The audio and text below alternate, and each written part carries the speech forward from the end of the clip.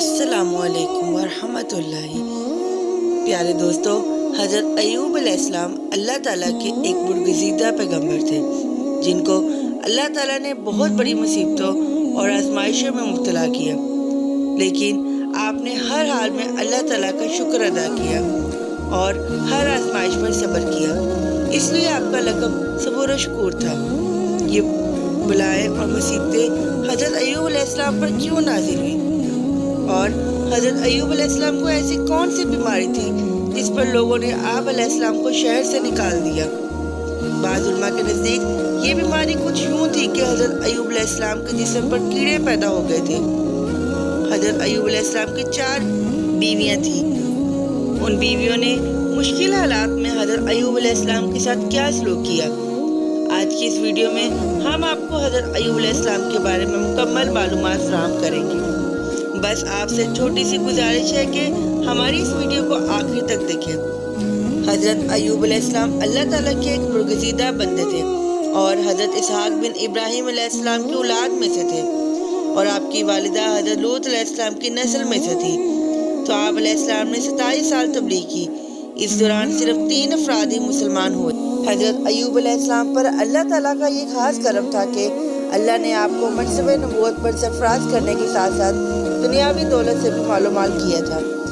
آپ علیہ السلام کے پاس کثیر تعداد میں مویشی موجود تھے، جن میں بکریاں، گائیں، بیل، اونٹ، گھوڑے اور خچر شامل ہیں، اور اس کے ساتھ ساتھ اور آپ کے پاس بہت ساری زمینیں، باغات اور بہت سارے غلام تھے۔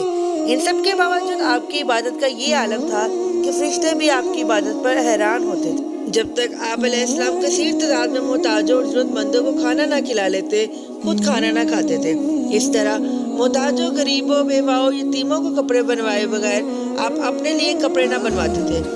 پیارے دوستو، حضرت ایوب علیہ السلام کا ذکر احادیث میں بھی موجود ہے۔ آپ صلی اللہ علیہ وآلہ وسلم ہمیں حضرت ایوب علیہ السلام کے واقعے کے بارے میں بتاتے تھے تاکہ مسلمان بڑی سے بڑی مشکلات سے نہ گھبرائیں اور اللہ تعالیٰ کی رحمت سے کبھی مایوس نہ ہو۔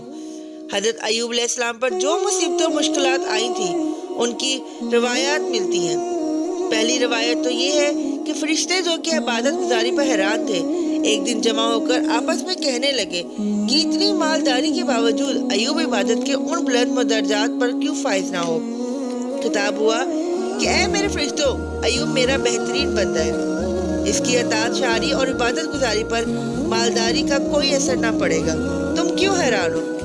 جو میرا مخلص بندہ ہے وہ ہر حال میں میری بندگی کرے گا، اس پر مال و دولت کی فراوانی کا کچھ اثر نہیں ہو سکے گا، اور نہ اس کے لیے رکاوٹ بن سکے گی، اور نہ اس کے مال کے تحفظ کے لیے وہ عبادت گزاری کرے گا۔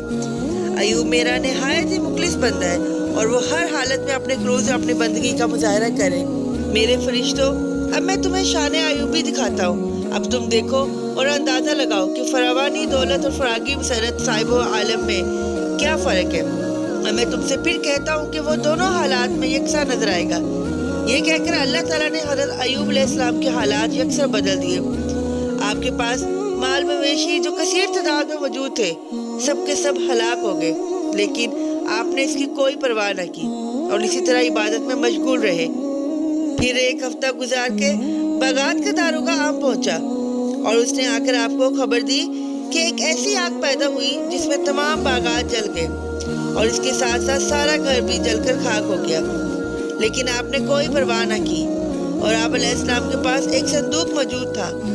جب آپ نے اس کو کھولا اور دیکھا کہ تمام سونا چاندی نے پتھر کا روپ دھار لیا ہے، یہ دیکھ کر آپ ہنس پڑے اور کہا کہ مالک، جو بدترین چیز تھی وہ چلی گئی اور جو بہترین چیز ہے وہ میرے پاس موجود ہے، یعنی مال برباد ہو گیا لیکن میرا دین اور ایمان میرے پاس موجود ہے، اور یہی میری اصلی دولت ہے۔ اسی دوران آپ کے چھوٹے بچے معلم کے سامنے پڑھتے تھے اور معلم کسی کام سے باہر چلا گیا اور اسی دوران وہاں کی چھت گر گئی۔ حضرت ایوب علیہ السلام کو جب اس واقعے کی اطلاع دی گئی تو آپ علیہ السلام نے اس پر بھی صبر کیا اور اپنی بیوی کو بھی صبر کرنے کی تلقین کی، اور آپ نے معلم سے کہا کہ اچھا ہوا تم اس جگہ سے ہٹ گئے، ورنہ تم بھی لقمۂ اجل بن جاتے۔ دوستو، اس واقعے کو ابھی چند دن ہی گزرے تھے کہ آپ علیہ السلام حالت نماز میں موجود تھے کہ آپ کے پیروں میں درد اٹھا اور وہ درد آہستہ آہستہ بڑھنے لگا اور مرض ترقی کرنے لگا، یہاں تک کہ سارے بدن میں اس مرض کا اثر پھیل گیا اور حالت یہ ہو گئی کہ آپ 7 مہینوں تک ایک ہی جگہ پر پڑے رہے اور اس جگہ سے ہل نہ سکے۔ لیکن ان حالات کے باوجود بھی آپ علیہ السلام نے عبادت کا کوئی پہلو ترک نہ کیا، اور ان حالات کے باوجود بھی اللہ تعالیٰ کی عبادت میں مصروف رہے۔ اور پھر انہی حالات میں دن گزرتے رہے اور راتیں گزرتی رہی اور کئی سال بیت گئے۔ آپ علیہ السلام کے پاس اس دوران میں شیطان مردود ایک مرد کی شکل میں حاضر ہوا اور آ کر آپ کو بہکانے کی کوشش کرنے لگا، لیکن آپ سے اس کو ایک ہی جواب ملتا ہے کہ اللہ تعالیٰ نے فضل و کرم سے ہمیں جو کچھ عطا کیا ہے وہ اپنے عدل و انصاف اور مصلحت سے واپس لے رہا ہے، کہ دی ہوئی چیز تھی اس نے واپس لے لی، یہ کہہ کے سجدہ شکر میں چلے جاتے۔ شیطان مردود نے حضرت ایوب علیہ السلام کو بہکانے کی بہت کوشش کی، مگر اس کی ترکیبوں کا حضرت ایوب علیہ السلام پر کوئی اثر نہ پڑا، اور آپ اسی طرح اللہ کی عبادت میں مصروف رہے اور صبر و شکر کرتے رہے۔ اس کے بعد آپ کی بیماری کی وجہ سے شہر والوں نے آپ کو شہر سے باہر نکال دیا اور بیرون شہر ایک اجاڑ جگہ میں آپ کو بھیج دیا۔ آپ اس جگہ عبادت کرتے رہے اور ایسی عبادت کے ملائکہ آسمان پر حیران ہو گئے اور خدا کی بارگاہ میں عرض کرنے لگے کہ مالک، ایسا بندہ دیکھنے میں نہیں آیا۔ اور اللہ تعالیٰ نے پھر ملائکہ سے کہا کہ یہ میرا بے نظیر بندہ ہے۔ قرآن مجید میں اللہ تعالیٰ نے ارشاد فرمایا کہ ہم نے اسے صابر و شکیدہ پایا۔ پیارے دوستو، اب ہم دوسری روایات کے بارے میں بتاتے ہیں۔ حضرت ایوب علیہ السلام پر جو بلاؤ کا نزول ہوا وہ شیطان کی خواہش و درخواست پر عمل میں آیا۔ شیطان کی بارگاہ خداوندی میں عرض کیا، یہ جو ایوب تیرا شکر گزار بندہ ہے وہ دنیاوی نعمتوں کی وجہ سے ہے جو تو نے اس کو دی ہیں، اگر یہ اسے چھین لی جائے تو یقیناً وہ کبھی شکر گزار بندہ نہ ہوگا۔ اللہ نے فرمایا، یہ بالکل غلط ہے، وہ میرا بہترین بندہ ہے اور وہ ہر حال میں میری بندگی کرے گا۔ شیطان نے کہا، میں تو اس کا یقین نہیں رکھتا، اگر تو مجھے اس کے بارے میں صحیح کہتا ہے تو مجھے اس کا مشاہدہ کرا دے اور مجھے اس کی مال و دولت، اولاد اور جسم پر تسلط عطا کر دے، پھر میں دیکھوں وہ کیسے تیری بندگی میں ثابت قدم رہتا ہے۔ اللہ نے فرمایا، جا تجھے میں اختیار دے رہا ہوں، لیکن دل، دماغ، زبان اور کان پر تیرا اختیار نہ ہوگا، کیونکہ دل و دماغ کا تعلق عقیدہ کی برقراری سے ہے اور زبان سے حمد کرتا ہے۔ چنانچہ شیطان نے تمام چیزوں کو تباہ کر دیا اور جسم میں کیڑے ڈال دیے اور سارے بدن میں پیپ پیدا کر دی۔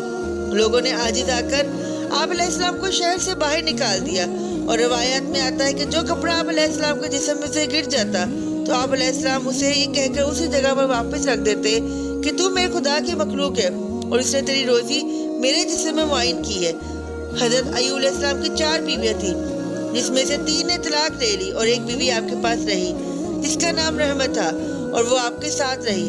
حضرت ایوب علیہ السلام نے فرمایا کہ تم بھی طلاق لے لو۔ اس نے کہا، میں نے تمہارے ساتھ اچھے دن گزارے ہیں، یہ انسانیت کے خلاف ہے کہ اب تم پر برا وقت آیا ہے، میں تمہارا ساتھ چھوڑ دوں، میں تمہارے ساتھ ہرگز نہ چھوڑوں گی۔ مورخین نے بیان کیا ہے کہ جب آپ کی آزمائش و بیان کی مدت ختم ہوئی تو حضرت جبرائیل علیہ السلام حضرت ایوب علیہ السلام کے پاس آئے اور کہنے لگے، اللہ نے تمہارے امتحان کو ختم کر دیا، اپنے دائیں پیر سے ٹھوکر لگاؤ۔ جب آپ نے ٹھوکر لگائی تو وہاں سے گرم پانی کا چشمہ جاری ہو گیا۔ حضرت جبرائیل علیہ السلام نے کہا، اس میں نہا لو، تو انہوں نے غسل کیا اور تو تمام بیرونی بیماریوں کے اثرات ختم ہو۔ پھر ایک دوسری جگہ بتائی کہ اس مقام پر بائیں پاؤں سے ٹھوکر لگاؤ۔ انہوں نے ٹھوکر لگائی تو وہاں سے ٹھنڈے پانی کا چشمہ جاری ہوا۔ حضرت جبرائیل علیہ السلام نے کہا، اس پانی کو پی لو، پانی پیا تو تمام اندرونی بیماریاں ختم ہوگی۔ مختلف تفسیروں میں موجود ہے کہ آپ کے بیٹے کو بھی پھر زندگی دی، اور کہا جاتا ہے کہ اللہ نے پھر مال و دولت سے نوازا۔ صحت مند ہونے کے بعد بھی آپ تبلیغ دین کا کام کرتے رہے۔ پیارے دوستو، اس واقعے سے سبق ملتا ہے کہ ہمیں اللہ کی نعمتوں پر شکر ادا کرنا چاہیے تاکہ وہ ہمیں اپنے شکر گزار بندوں میں شامل کرے۔